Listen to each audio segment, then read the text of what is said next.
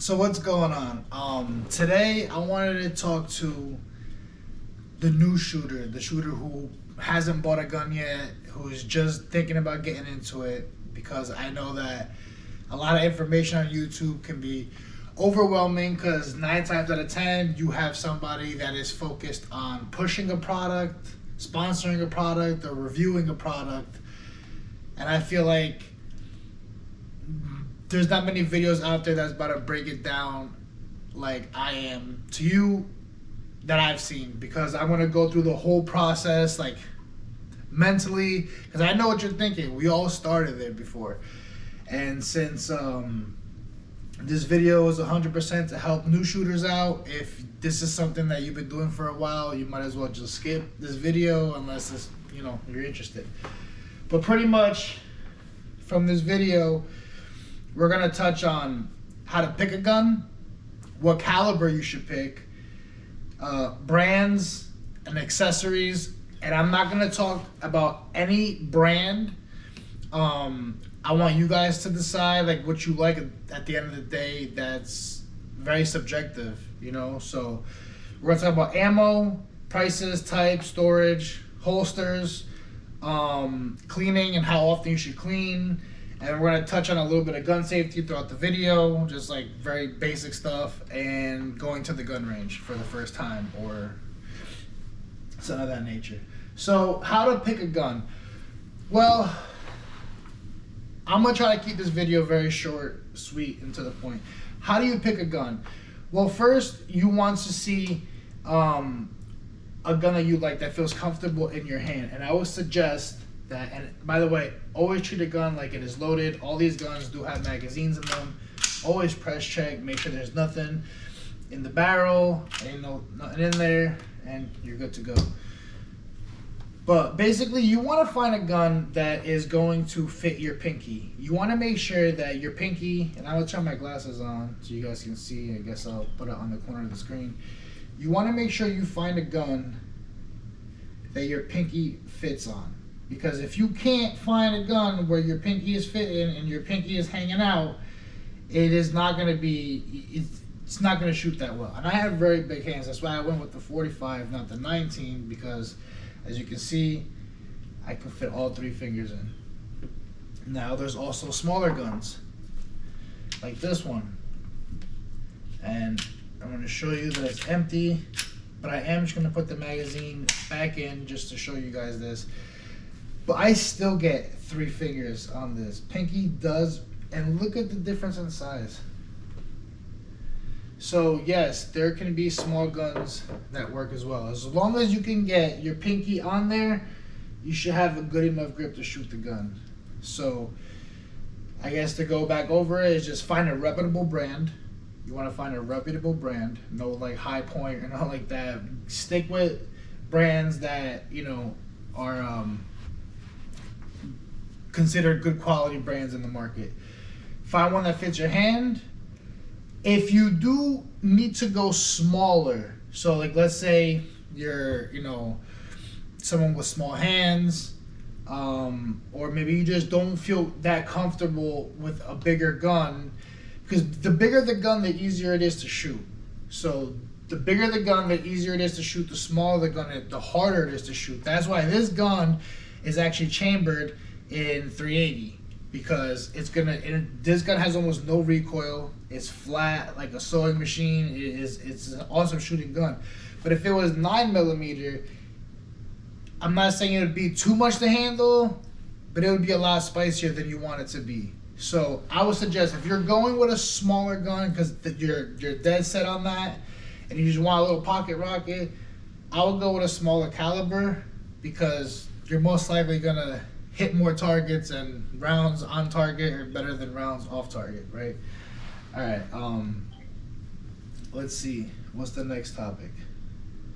Accessories. So you're going to buy your first gun, you go to the gun store, you pick something out. 9 times out of 10, if you ask about lights or this or that, they're just gonna try to sell you whatever they have in the store at the moment, you know what I'm saying? One thing you want to, I would suggest everybody does, is purchase a light and an optic. And the reason why I say that, or at least if you don't have the money for one or the other, get the light. And this is why I say that. A lot of the holsters you're gonna get are light specific. So, and a light, I mean, you can't go wrong with a light. You know what I'm saying? It's there. You don't have to use it. You can use it. But I think everybody should have a light on their firearm. So if you wanted one that was more compact, the TLR7, and make sure you get the X. They don't have those in stock at a lot of stores. A lot of times it's the TLR7A. And the difference between the X and the A is the X comes with rechargeable batteries. Because it's a lot better than having to purchase batteries for something that by mistake you press, you put it in a holster, or you press the light by mistake and it stays like that and the battery dies. You're going to be spending a lot of money on batteries. So having the rechargeable ones are very good. So always go with the X. That's the only thing I'm going to say. As far as other lights, I recommend anything. Streamlight is pretty good, or a Surefire. Olight does make some good stuff. At the end of the day, it's up to you.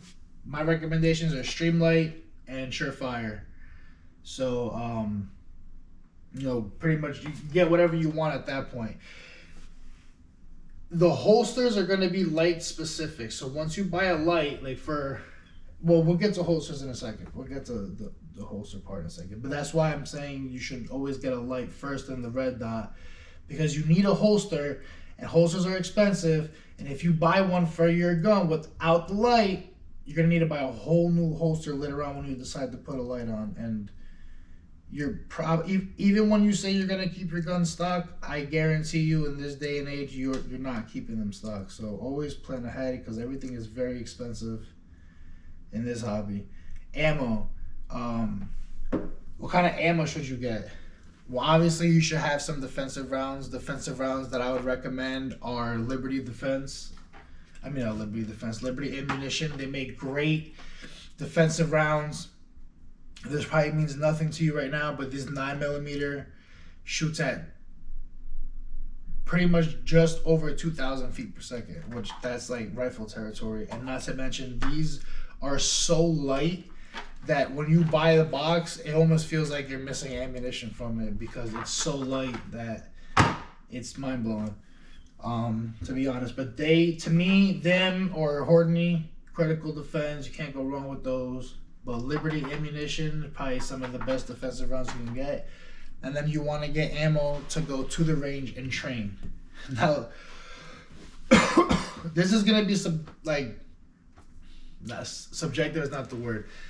Go out and train, right? You want to go out and train as much as you can. So I'm going to give my suggestion, but that does not mean that that's what you have to do. Anything is better than nothing. I suggest you do more, but I would say just buy 1,000 rounds of whatever caliber you get. Preferably is 9mm because they're cheaper. I would get 1,000 rounds. You can get them from brasskisses.com. There's plenty of places that sell cheap ammo for the range that is good and reliable. And I would go to the range and I would train. I would get used to my firearm and break it in. So that way the malfunctions that it has. You learn how to shoot it better. You get more comfortable with the gun. And 1,000 rounds, if you go and you spend 6-7 magazines every time, it's probably going to last you like 7 range trips. So ammo does go fast. And then also if you were to buy the Liberty Ammunition, or you were to get like the Hornady Critical Defense, always buy an extra box or 2, the more the better obviously, and run it through your firearm just to make sure that it does cycle that ammunition before you go and depend your life on it.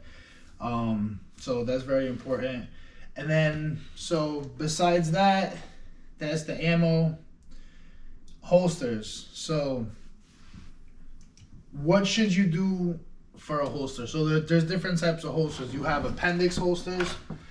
I got a couple over here.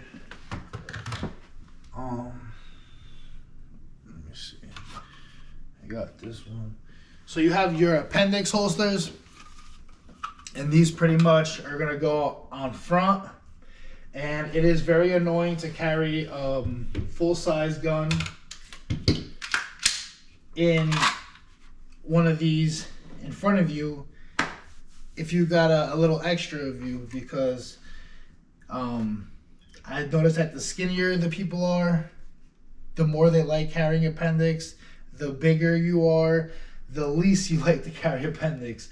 I do carry appendix here and there, but when I do, I tend to use this gun. And this one is actually a very, very nice gun for people who are just starting out, because not only, here, I'll turn the glasses on. Not only do you get all three, and it's crazy, like, how you get 3 fingers on this small one and 3 fingers on this one is just mind-blowing. But anyway, it's a very nice gun. Very nice shooting. A little speed ledge for your finger. Comped. Very modular.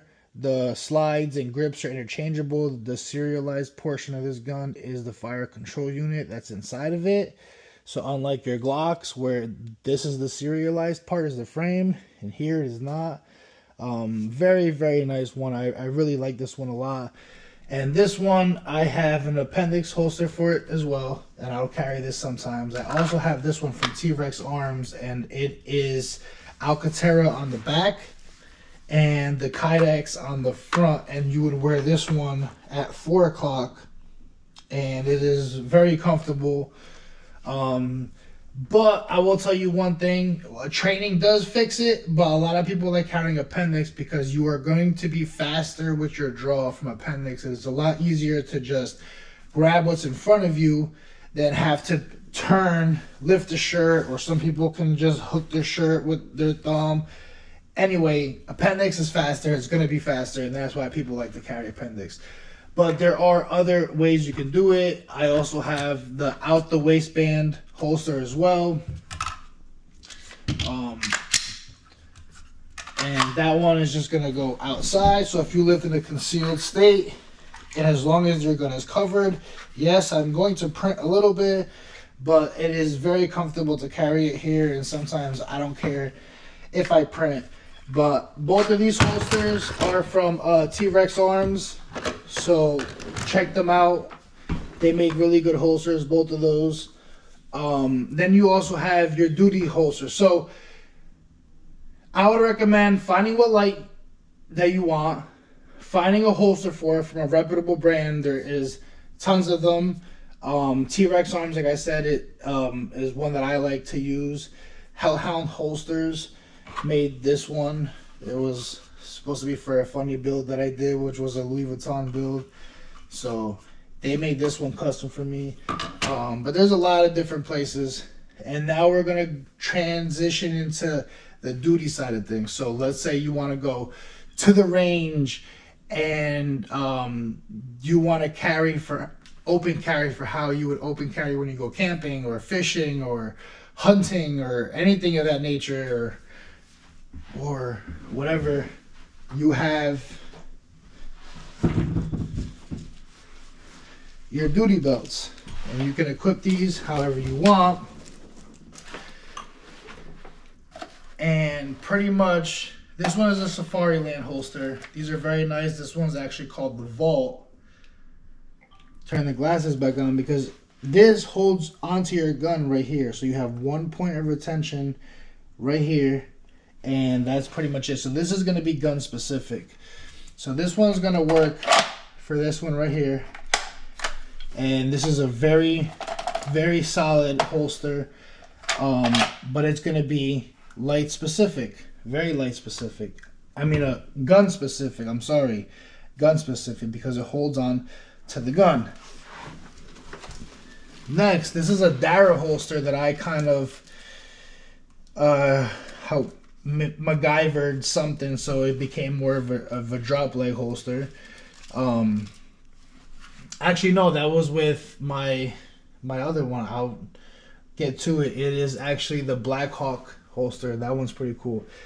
But I was using the Black Hawk holster here, and I ended up switching because when I got into the Surefires, the Surefire fit this one here, so I can rock, and it holds it in.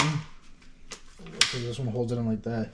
But I can rock this one or my Echelon, because this holster is light specific. So that's one thing that you gotta choose. And mind you, when you go and choose a duty holster, you're either gonna get one that's light specific, gun specific, and I would recommend going with light specific, because duty holsters are expensive. They're like 200 something bucks. Most of them, they're like Safari Lands, or just shy of 200. They're expensive, so to have one for every gun and have to keep always changing it is very annoying. So I have my like shit hits the fan setup over there, and that's why it's particular to that gun, because that is my go-to gun. But then for my work and range belt, you know, I like to have it where I can change between them. And then also, this holster has been very nice, and I really like it a lot. It is a Black Hawk holster. It's the Black Hawk holster, and this one is made to fit these lights. So, whoa. Let's clear it. This one's made to fit the TLR1, but it would fit this big Prodigy and hold it in there. Press the button, very, very nice. Or this one with the same light, or this one with the same light, or this one with the same light. It will fit anything because it is a universal light specific holster. $50. So, and it does have retention. It does go on a duty belt, all that. So that's the one thing you want to pay attention to when you get your holster, is because most likely, if you do like guns and this is something you're going to pursue as a hobby, you're going to have more than one. And the last thing you want to be doing is swapping holsters out all the time. You don't want to swap the holsters out all the time because it's very annoying to do on a duty belt sometimes. And you don't want to be buying multiple holsters because it gets very expensive after a while. And almost the same thing with these. If I had some holsters, like if I put this light on the Echelon will fit in this holster. So, you know, little things like that where it is it's nice to have a holster that's light specific than not have a holster that's light specific. And the last thing I want to throw in there is ear protection. When you do go buy ear protection, buy the electronic ones with the Bluetooth on it. I mean, not the Bluetooth, where you can hear the outside people talk to you, because the last thing you want to do is go to the gun range your first time, have the little earplugs in and this, and you can't hear nobody. The instructor's trying to talk to you. You can barely hear them. There's just guns going off everywhere, and you're just like, what is going on? And yeah, that is not a good time, especially when it's your first time. So get something electronic. And then going to the gun range. So a lot of people are going to be their first time handling a gun. You're going to be a little, nervous. You're going to go to the range, or maybe, you're just nervous to shoot your gun the first time at the range, and that's why you haven't gone yet. Or if you think you're going to be nervous the first time you go to the range, I'm going to tell you one thing is, make sure the gun is clear and safe.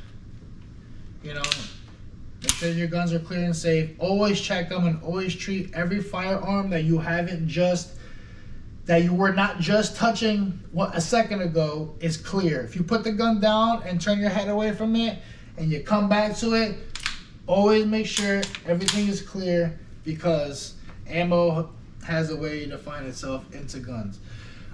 So what I would recommend is, play with the gun and spend some time with the gun prior to going to the range, prior to your first time shooting. You can buy snap caps. I think I have some right here actually.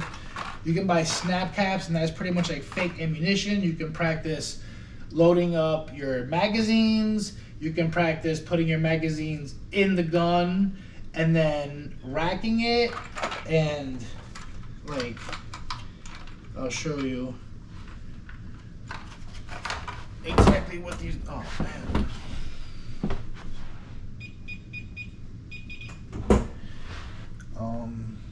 Let me grab an empty mag. Alright, this one. So you can practice loading up a mag without being nervous. You can practice getting your gun, putting the mag inside, racking around, taking a magazine out, taking the other ammo out of there, clearing your gun. You can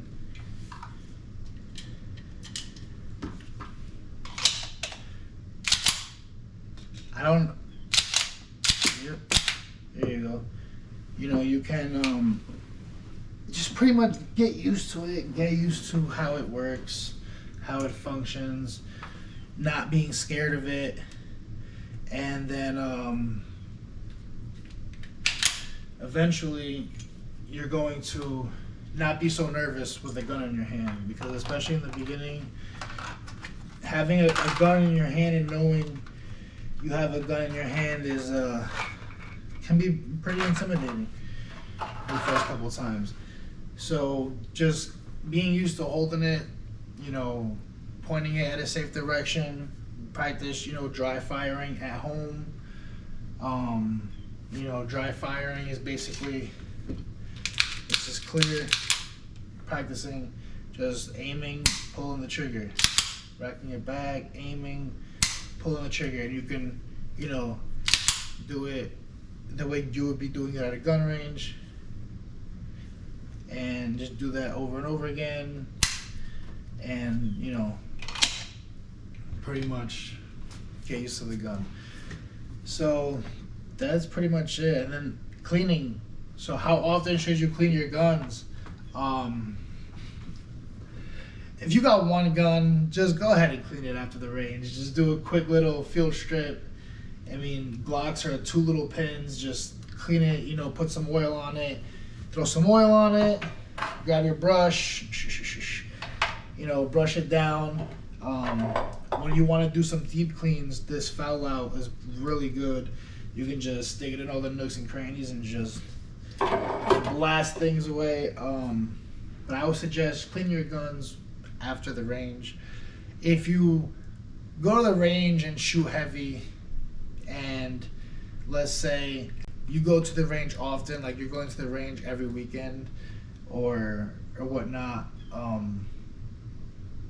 just make sure they're oiled then. Like if you know you're gonna go every week, just after the range, make sure the guns are oiled, because when the carbon or whatever that is called, the gunpowder, the residue, once it gets dried up and cooked onto your gun, you're kind of screwed there. It's gonna be a real pain to get it out. So just oil up the gun and make sure it stays wet, and you're good to go. You don't have to clean your gun after every range trip. I would suggest, if you're not going to use it again for like another month, go ahead and just clean it. Why not? But sometimes when you go to the range and you're bringing 6-7 guns out, I'm not going to lie, you get lazy after a while. So I'd rather just make sure they're wet than, clean them. Anyways, so that's pretty much it. So just to recap that, just make sure you buy a hand that fits your a gun that fits your whole hand. Um, a reputable brand. Try to go 9 millimeter unless you know you have to, because it's all you'll get is a small gun that's harder to shoot, but you need it to be small. I get it. Make sure you go with a not a 9 mil, because it's going to be very hard and snappy to shoot. And just the fact that you're going to a small gun, most likely is because you don't want something snappy anyway, because or else you, if it was your only gun, you'd probably be going with a full size gun. Um, and Yeah, so if you're going with a smaller gun, smaller caliber, and the 380, and accessories, always get a light. If it's gonna be a gun that you're gonna carry and it can carry a light, it has a Picatinny rail on the front of it, like these all do. Besides this one, you might be able to get like a crimson light that pops onto the front, but I mean, this is a pocket rocket. This is meant just for those days that you don't feel like carrying, but you gotta carry. But yeah, so what else? Get you some ammo, get you some training, and that's it. Practice before you go to the range. Your first time at home, some dry fires, manipulating the gun, get used to it, how it feels in your hand. Get over being scared of holding it. Buy some snap caps. Practice with that, and yeah. So get out and shoot. That's it. Get out of here.